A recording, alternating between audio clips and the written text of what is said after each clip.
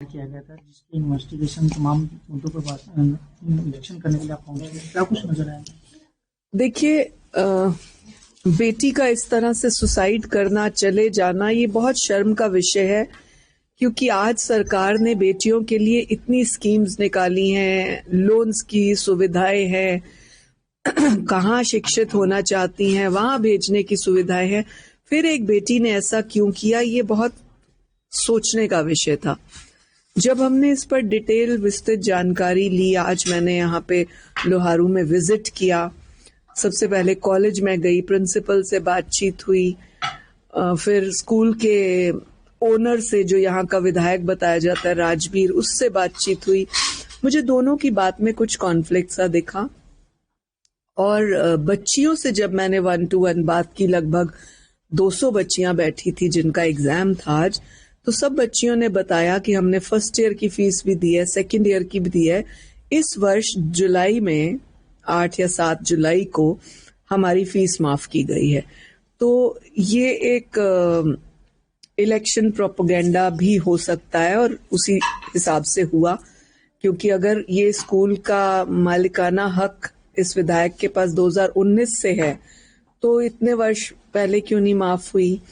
Randomly आप जुलाई में माफ करना, क्योंकि अक्टूबर में चुनाव है, और उसके बाद फिर ये बोलना कि जब तक जीवित हूं माफ रहेगी, जो कि कोई गारंटी नहीं है। ये विषय सोचने का था। मेरे पास कुछ डॉक्यूमेंट्स परिवार ने दिए, मैं उनसे मिलने गई थी। इसमें यह है कि लड़की का ये एक एग्जाम नहीं देने दिया क्योंकि पिछले 1 वर्ष की फीस नहीं थी। लड़की की फीस 2023 तक जमा है, 2023-24 की फीस नहीं जमा, जिसका लड़की के पिता ने भी बताया कि प्रिंसिपल ने 1 महीना पूर्व भी उनको थोड़ा गुस्से वाले लहजे में फोन किया कि भाई फीस नहीं भरोगे तो पढ़ने नहीं देंगे आगे। ये चेक किया जाना चाहिए कि प्रिंसिपल का उसके फादर को फोन गया है, अदरवाइज तो और कोई काम प्रिंसिपल का फादर से हो नहीं सकता। जिस दिन लड़की ने ये सुसाइड किया, उससे पूर्व जैसे ही वो घर उदासी में आई, दादी सबसे पहले उससे मिली, जो दादी का कहना है। दादी ने कहा, अरे तेरा तो एग्जाम था, तू वापस जल्दी आ गई। तो वो रोने लगी कि मन ने एग्जाम ना देने दिया। तो उसके बाद वो उस कमरे में चली गई। तो ये कुछ बातें हैं जिनको गहराई से देखा जाना चाहिए। राहुल चौधरी जिसे पकड़ा गया है, जिसके साथ इसकी जान मित्रता बताई जाती है, उसके फोन कॉल्स चेक करना बहुत जरूरी है, कम से कम 1 साल का रिकॉर्ड। क्योंकि विधायक के वो सगे साले का बेटा बताया जाता है और विधायक ने बताया कि वो कभी कॉलेज नहीं आता। ये भी मुझे एक थोड़ा शंका का विषय लगता है, क्योंकि राहुल के फादर हनुमान जी के पास इस कॉलेज का ट्रांसपोर्ट का कॉन्ट्रैक्ट है और उनको 18 या 20-22 हजार रुपए दिए जाते हैं। ऐसा कभी नहीं हो सकता कि फादर के पास कॉलेज का कॉन्ट्रैक्ट हो और बेटा कभी कॉलेज ना आया हो। तो ये एक कॉन्ट्रडिक्टरी बयान है विधायक का जो उसने हमें दिया। तीसरा, जो बच्ची अपनी फ्रेंड से बात करी है, वो देखा जाना जरूरी है कि उसने फ्रेंड से लास्ट मोमेंट पे क्या बात करी। ये मैंने एसपी नीतीश अग्रवाल जी को कहा है कि उस फ्रेंड को महिला पुलिस के साथ बिठा के पूछा जाए कि क्या बात हुई थी। तीसरा, जो मुझे बहुत इंपॉर्टेंट लगता है, राहुल का फोन कब से आ रहा है ऐसे, ये चेक करना जरूरी है। जो विधायक जी कहते हैं कि मेरे कॉलेज से इसका कोई लेना देना नहीं, बाहर इनकी मित्रता हुई होगी इलेक्शन के दौरान, तो ये चेक करना जरूरी है कि इलेक्शन के दौरान हुई या उससे पहले हुई, क्या क्या कैसी बात होती थी। ये पुलिस रिकॉर्ड निकाल कर लाएगी तो कुछ क्लियर होगा।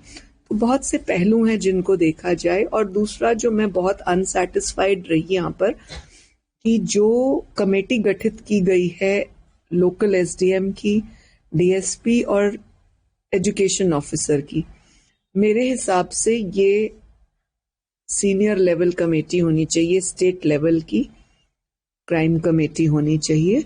क्योंकि लोकल लोगों पर ऐसे केसेस में प्रेशर रहता है और सीनियरिटी वाइज बहुत सारी छानबीन करना आवश्यक है, स्कूल के नॉर्म्स का, कॉलेज का। क्योंकि 55 लड़कियां जो एससी कोटा की, जिनमें ये बच्ची भी आती है, उनमें से एक की भी फीस माफ नहीं हुई, जबकि एससी की फीस माफ की जाती है। तो ये देखना बहुत जरूरी है कि क्या ये कॉलेज उन नॉर्म्स को फुलफिल कर रहा था। एक और दुर्भाग्यपूर्ण बात जो प्रिंसिपल से बात करने पर आई, प्रिंसिपल को आईसी कमेटी नहीं पता। ये बहुत शर्मनाक बात है। और मैंने जब पूछा कि आईसी कमेटी का रजिस्टर दिखाइए तो उन्होंने कहा वो तो विधायक जी अपने साथ ले जाते हैं। वो कंफ्यूज थी कि आईसी कमेटी है क्या। तो जब मैंने विधायक से अलग से पूछा कि रजिस्टर दिखाइए, आप आईसी कमेटी का रजिस्टर कैसे कॉलेज से इधर उधर घुमा सकते हैं, तो उन्होंने कहा नहीं वो तो मैंने अपने सीए को दे दिया है। तो विधायक भी कंफ्यूज है कि आईसी कमेटी क्या होती है, कौन सा रजिस्टर हम मांग रहे हैं।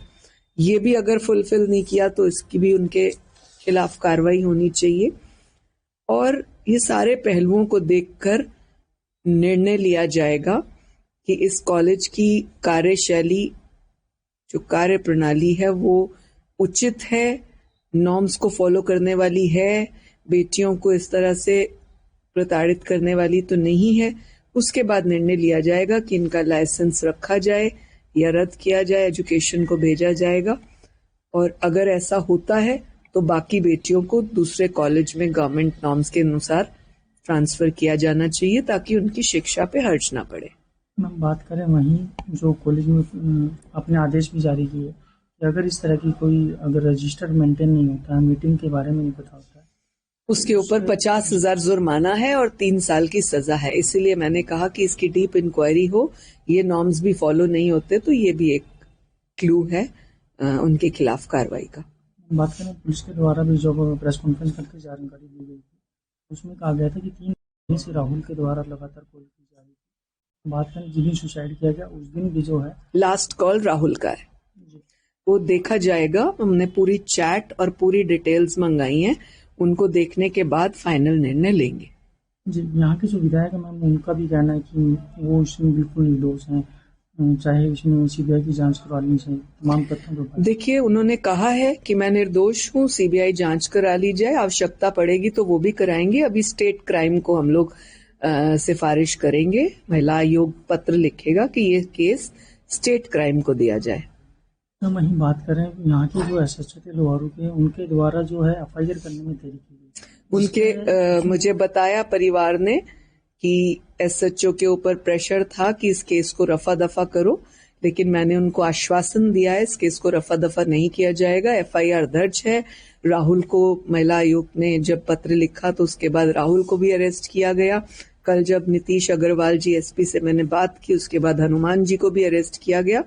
अब एक महिला पुलिस के द्वारा उनकी राहुल की सिस्टर से पूछताछ की जाएगी, क्योंकि सिस्टर ने लास्ट फोन सरपंच के दोबारा बैक कॉल करने पर सिस्टर ने फोन उठाया था। सिस्टर का राहुल के फोन से क्या लेना देना था, क्या वो उसके साथ मिलकर फोन करती थी या नहीं करती थी, ये जानकारी लेना भी बेटी से अलग से बहुत जरूरी है। मैम बात करें, आज मंत्री जी भी यहाँ पहुंचे थे जिन्होंने आदेश जारी किए कि एसएचओ को इसे उनका हटाया जाना चाहिए, उसको लेकर के उन पर भी इंक्वायरी की जाए। बिल्कुल ठीक बात है। अगर एसएचओ ने ढिलाई बरती है, एक बेटी की आत्महत्या करने के बाद, जान जाने के बाद भी अगर ढिलाई बरती जाए, बाद में देखा जाएगा कि रीजन क्या है। बट ऐसा करने पर अगर केस को दबाए जाने की कोशिश की गई या एफआईआर में ढिलाई की गई तो उस एसएचओ को यहाँ नहीं रहना चाहिए। मैम वहीं इस संबंध में आपके पास भी 8 लड़कियों के द्वारा शिकायतें दी गई हैं जो फीस से संबंधित मामला सामने आया है। राजवीर फर्टिया जी के द्वारा कहा गया था कि उन्होंने सबका फीस माफ कर दिया गया, बावजूद इसके आपने कहा है कि जो मैंने सुना उसमें मुझे अब फीस माफी इलेक्शन प्रोपेगेंडा लगता है, क्योंकि ये फीस माफी जुलाई में की गई और अक्टूबर में इलेक्शन है। और मैंने बयान भी सुने इलेक्शन टाइम के, प्रिंसिपल की भी बात सुनी, उससे साफ जाहिर होता है कि इलेक्शन आने वाले हैं और वो बोल रहे हैं। लेकिन अगर ये इलेक्शन प्रोपेगेंडा नहीं है तो विधायक अपना चुनाव लड़ रहा है, प्रिंसिपल उसी बयान को रिपीट कर रही है, क्या कनेक्शन है? प्रिंसिपल अपना काम करे। और इसी विधायक ने 2 साल पहले, आज जो फाइनल ईयर की बच्ची है उसकी 2 साल पहले फीस माफ क्यों नहीं करी? आज वो कहते हैं मैं सेवा का काम करता हूँ, मैं बच्चियों को पढ़ाना चाहता हूँ, मैंने बस सेवा शुरू की। 2 साल पहले क्यों नहीं की? 2019 से ये तो स्कूल उनके पास है, तब क्यों बस सेवा शुरू नहीं की?